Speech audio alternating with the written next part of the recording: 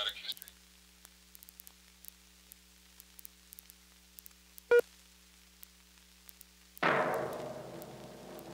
Europe, on the eve of World War I, a civilization at the peak of its power and glory. Winston Churchill wrote, "The old world in its sunset was fair to see." Fair for some, perhaps, but not for all.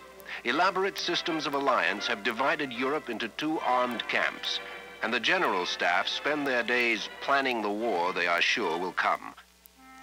Across the Atlantic, the United States is a dynamic continental nation, a potential world power as yet unwilling to play a great power role. Its people still determined to remain aloof from the politics of Europe. Its president, Woodrow Wilson, speaks of a new social age, a new era of human relationships. His Secretary of State predicts, "There will be no war as long as I live." But war came, to Europe, to America, to Woodrow Wilson.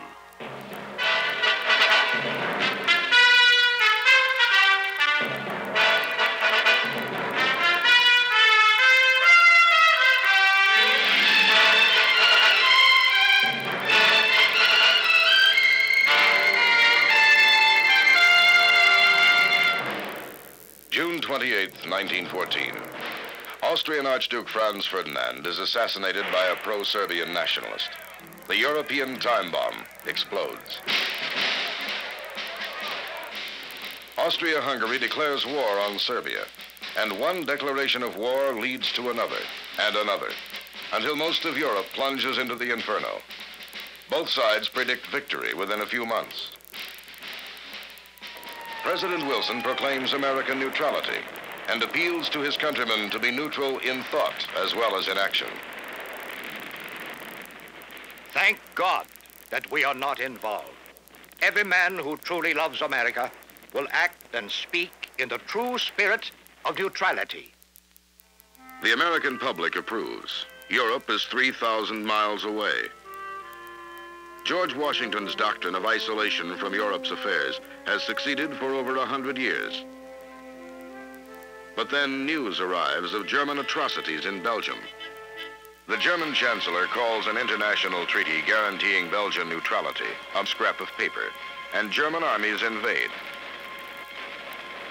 leveling cities and shooting unarmed civilians. Committees are formed for the relief of Belgian war victims, and former President Theodore Roosevelt denounces Wilson's policy of neutrality as a cowardly denial of American principles. But most Americans remain opposed to going to war. They might have stayed that way if the Germans had not resorted to unrestricted submarine warfare, a tactic designed to break the supremacy of the British Navy. The Germans declare a war zone around the British Isles for all ships.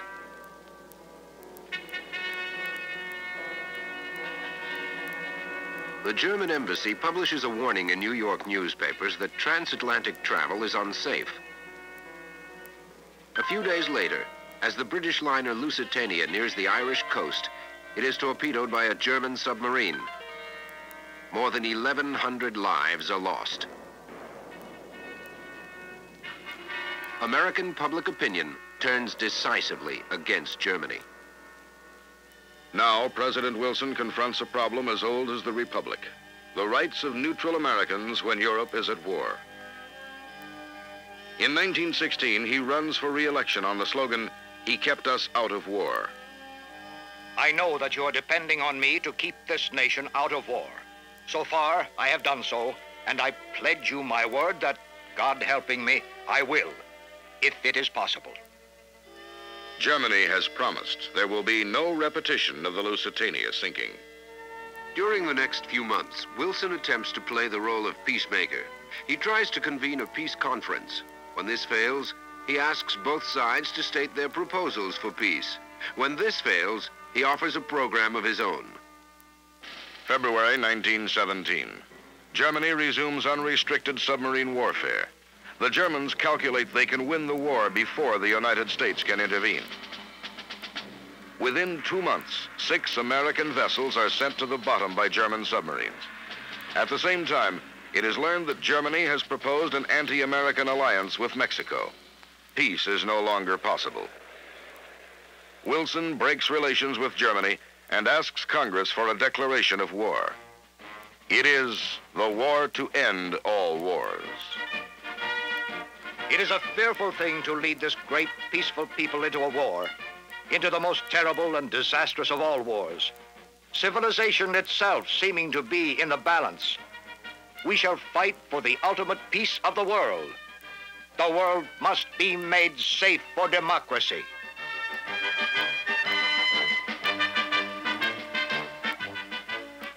For the first time in history, American troops embark for Europe, and Americans enter a European war.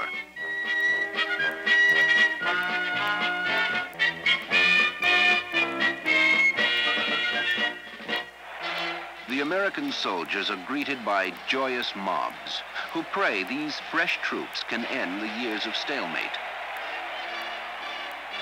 And so they do, but only after learning a terrible truth. Modern war. Mass slaughter on battlefields as desolate as the moon. Landmines and poison gas and long-range artillery.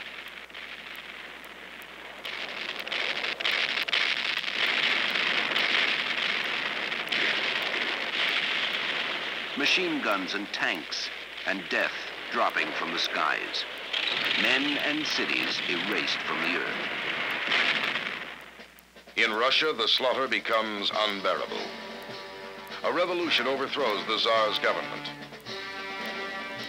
Soon thereafter, the Bolsheviks take power, led by Nikolai Lenin, who immediately removes Russia from the war, releasing 1 million German troops to fight on the Western Front. But even as the Allies desperately resist the German assault, Wilson puts forward a 14-point proposal for a just and lasting settlement to be enforced by a world organization, a League of Nations. All the bloodshed will be for naught if such a war can ever happen again. The Western Front holds. Strengthened by 500,000 fresh American troops, the Allies mount 5 crushing offensives. Germany is close to collapse. A revolution overthrows the Kaiser, and the new government signs an armistice. All quiet on the Western Front.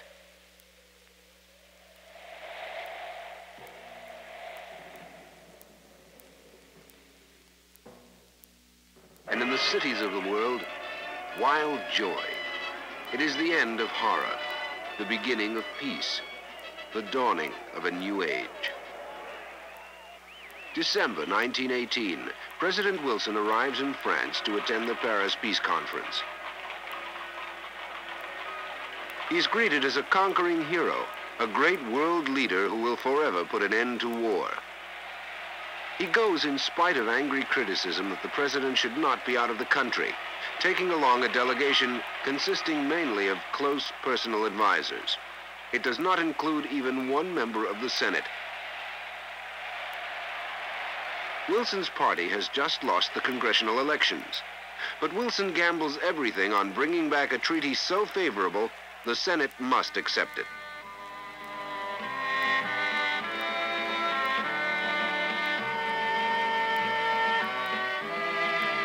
"27 nations send delegates to the conference, but the crucial decisions are made by the Council of 4.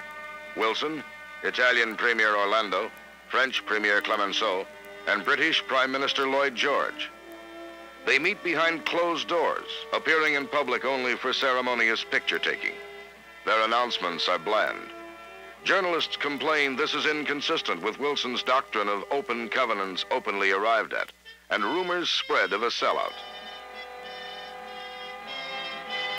In fact, Wilson proves to be a tough negotiator. He insists that a detailed covenant for the League of Nations be included in the treaty, and writes much of it himself.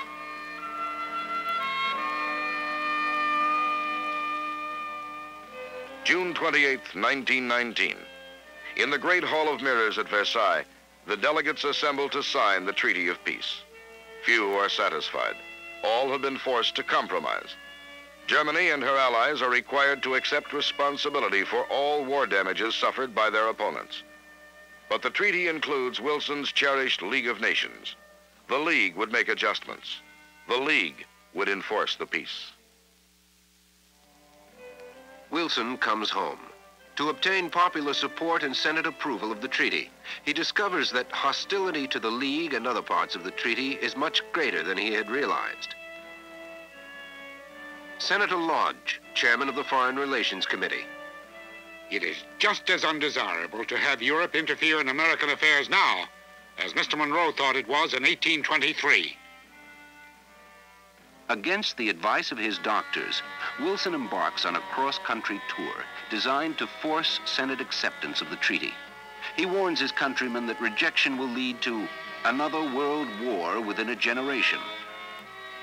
I would like to get together the boys who fought in the war, and I would stand up before them and say, boys, I told you that this was a war against wars, but I am obliged to come to you in mortification and shame and say, I have not been able to fulfill the promise.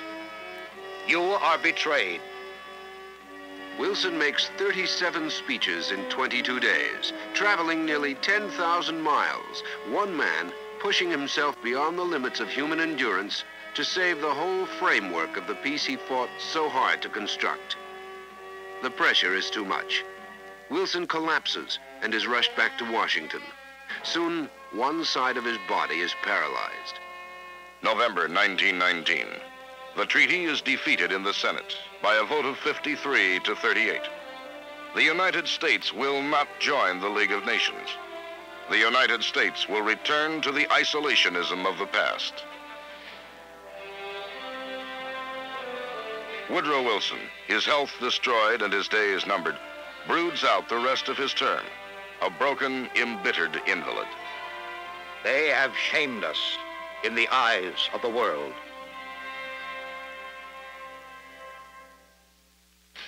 Geneva, 1920. The League of Nations meets without United States participation. The delegates face a staggering task. Gone is the old sense of order and stability, the certainty of progress and man's ability to control his destiny. The memory of the nightmare just ended lingers on. Has peace really come? Or is it, as some say, still only an armistice, merely a pause in the terrible slaughter? Throughout the 1920s, Europe is engaged in a feverish search for security. The war has left European victors and vanquished both deeply in debt. Americans insist their former allies repay huge loans. The Allies insist that Germany pay them enormous war reparations. France occupies the Ruhr Valley when Germany defaults on her payments. German workers stop production in protest. The debate over payments poisons all attempts to end the animosities of war. Border disputes abound. There are riots and a series of little wars. Bolsheviks have already seized power briefly in Hungary and caused disorders in Germany and elsewhere. In Italy, a former socialist pamphleteer becomes dictator. Benito Mussolini, a rabble-rouser supported by a private army of fascist blackshirts. It is both a rejection of the old order and a reaction against Bolshevism, extremism of the right to match extremism of the left. In 1923, an obscure and embittered Austrian named Adolf Hitler leads a private army of hoodlums and malcontents in an attempted putsch in Munich, Germany. To many, Hitler seems a ridiculous figure, his associates beneath contempt. He is arrested and sent to jail, and, it is assumed, to permanent oblivion. But in jail, Hitler writes a frightening blueprint of terror to come. In 1924, Lenin dies, and Joseph Stalin takes control of the Russian Revolution. Stalin, the dictator, drives the Russian people relentlessly in the pursuit of industrialization. He believes war with capitalism is inevitable. American foreign policy is depicted as a locked vault, guarded by the Secretary of State himself. In fact, Charles Evans Hughes is an internationalist who favored joining the League of Nations. Early in the 20s, he astonishes a naval disarmament conference in Washington by proposing that those present scrap part of their navies and build no new capital ships for 10 years. The conference seeks to restrain growing Japanese ambitions in Asia. A treaty is signed supporting the territorial integrity of China. In 1928, Secretary of State Kellogg and French Foreign Minister Briand negotiate a treaty outlawing war. Eventually, 60 nations sign. There are no provisions for enforcement. 1931. The boom years of the 1920s are now a grim memory. The nation, the entire world, is gripped by a disastrous depression. At the League of Nations, another disarmament conference convenes. But even as the delegates assemble, the Japanese launch an all-out attack on Manchuria. China appeals to the League for help. The Japanese army takes over and establishes a puppet government. The United States refuses to recognize the regime and reaffirms its support of China's sovereignty. A report commissioned by the League brands the Japanese as aggressors. Japan's response is to withdraw from the organization. 1933, another staggering blow. Economic collapse in Germany brings Adolf Hitler to power. His program, expansion of German boundaries, subjugation or extermination of non-Germanic peoples, the establishment of a fascist empire. He is a hypnotic orator, a hate-spewing spellbinder who stages massive propaganda rallies. He repudiates the Treaty of Versailles and announces plans to rearm. By year-end, Germany too withdraws from the League. With the rise of Hitler, the Peace of Versailles is dead. The search for security has failed. A new generation of aggressors has set the world on the path toward war. There is still time to stop them, if the democracies will act. But in England and France, the memory of World War I is still too strong. And Americans remain preoccupied with the Great Depression. A congressional committee under the chairmanship of Senator Nye launches an investigation of U.S. involvement in World War I and concludes it was caused by American business interests. It is a simplistic but popular theme. The result, the Neutrality Act of 1935, prohibiting shipments of arms and munitions to all belligerents in any way, making no distinction between the aggressor and his victim. Senator Bone of Washington. I think the resolution we have just passed will do more to prevent this country getting into war and to keep our boys out of the clutches of the war-maddened and crazy rulers of Europe than anything that we could have done. Italian dictator Mussolini, encouraged by Japan's successful aggression in China, invades Ethiopia. The Ethiopians fight bravely against the mechanized Italian army, and Emperor Haile Selassie goes to Geneva to personally plead to the League of Nations for the life of his country. Once again, the League fails the test. The new U.S. neutrality law, in fact, favors Mussolini by denying Ethiopia the arms it desperately needs. 1936, a fateful year. Civil war erupts in Spain. The fascist powers supply arms to the nationalists, the Soviet Union to the loyalists. Spain becomes the tragic testing ground for new and even more terrible weapons of modern war.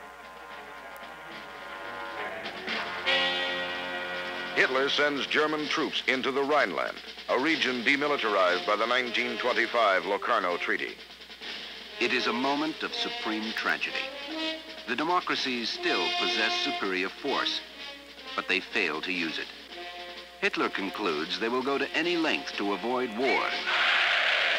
A nationwide poll asks Americans whether their country should fight if war comes to Europe. 95% say no. Anti-war advertisements appear in national magazines.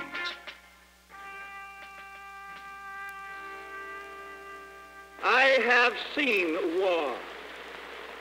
I have seen war on land and sea. I have seen blood running from the wounded. I have seen men coughing out their gasped lungs. In the 1936 campaign, President Roosevelt echoes their feelings. That is beyond my power. I hate war. That same year, Germany and Italy form the Rome-Berlin axis. It is followed by the Anti-Comintern Pact, which soon links both nations to Japan. 1937, a new year and new conquests. Japan declares a new order in Asia and crosses the Manchurian border for a full-scale invasion of China.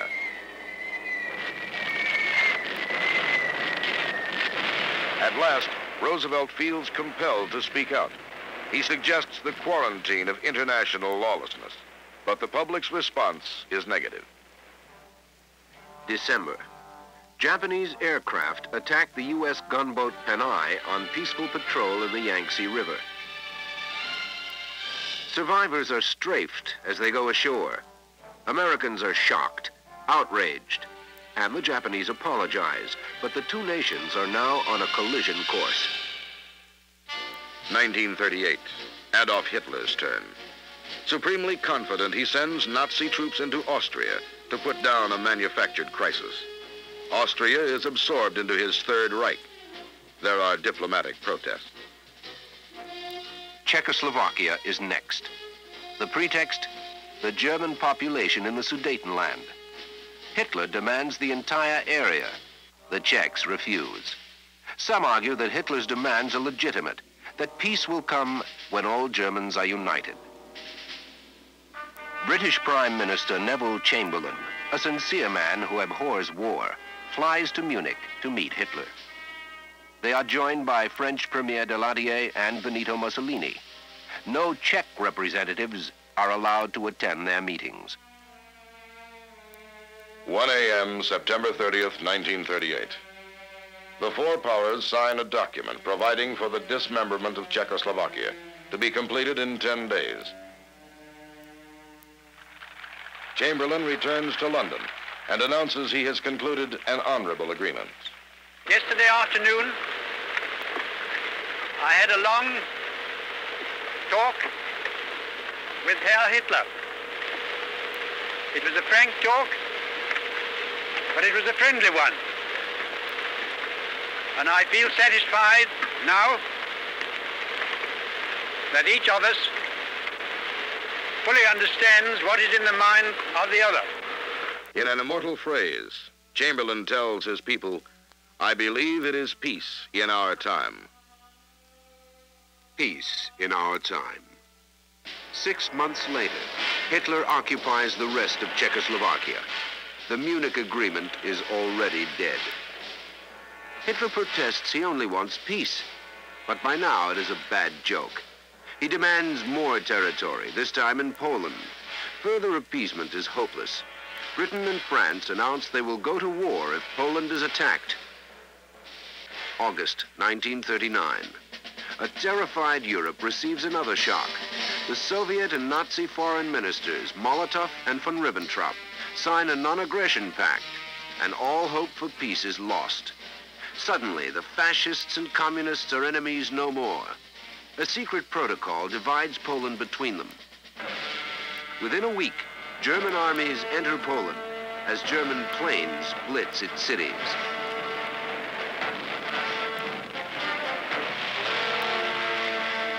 World War II has begun.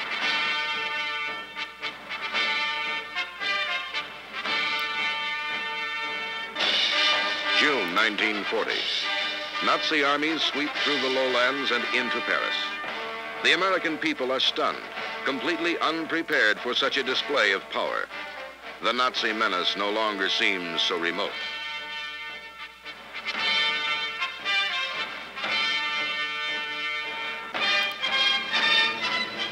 The German Air Force begins its assault across the English Channel. The Battle of Britain is on. If England breaks, Hitler has conquered Europe.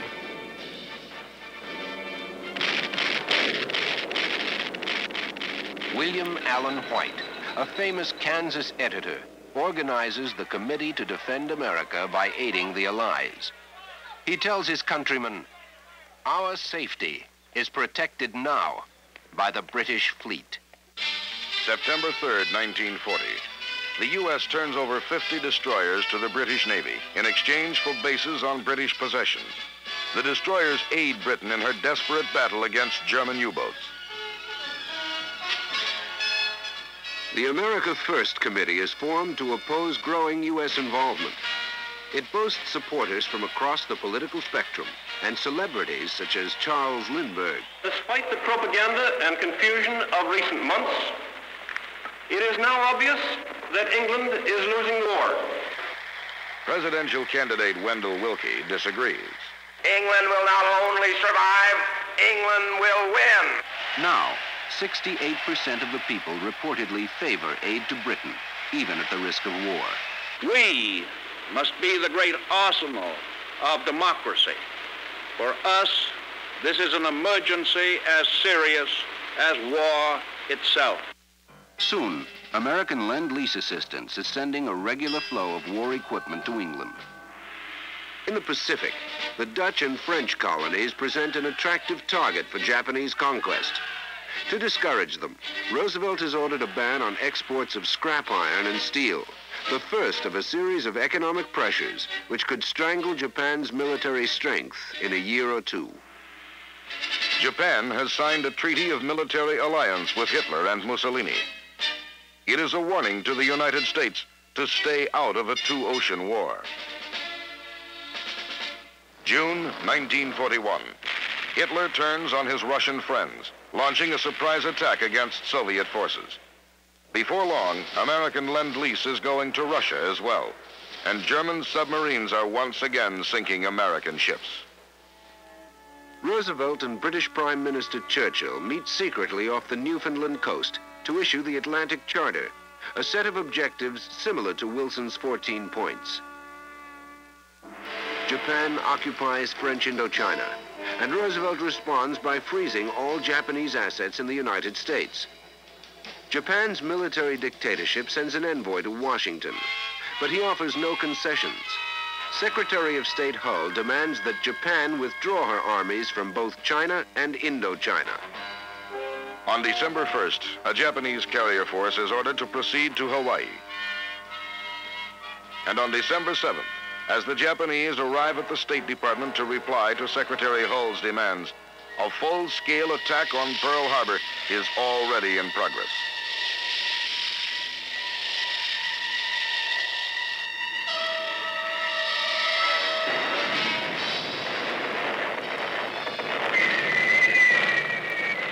The next day, Congress declares that a state of war exists between the U.S. and Japan. 3 days later, Germany and Italy declare war on us. Woodrow Wilson's prediction has come true. Another world war within a generation. For the second time in the century, the U.S. has sought desperately to stay out of world war. And for the second time, it has failed. But this time, peace will bring no return to isolationism. 20 years too late, his countrymen know that Woodrow Wilson was right. And even as they are locked in global combat on a scale unparalleled in history, they will lay the foundations for a new world organization, the United Nations, as a symbol of their determination that there will be no World War III.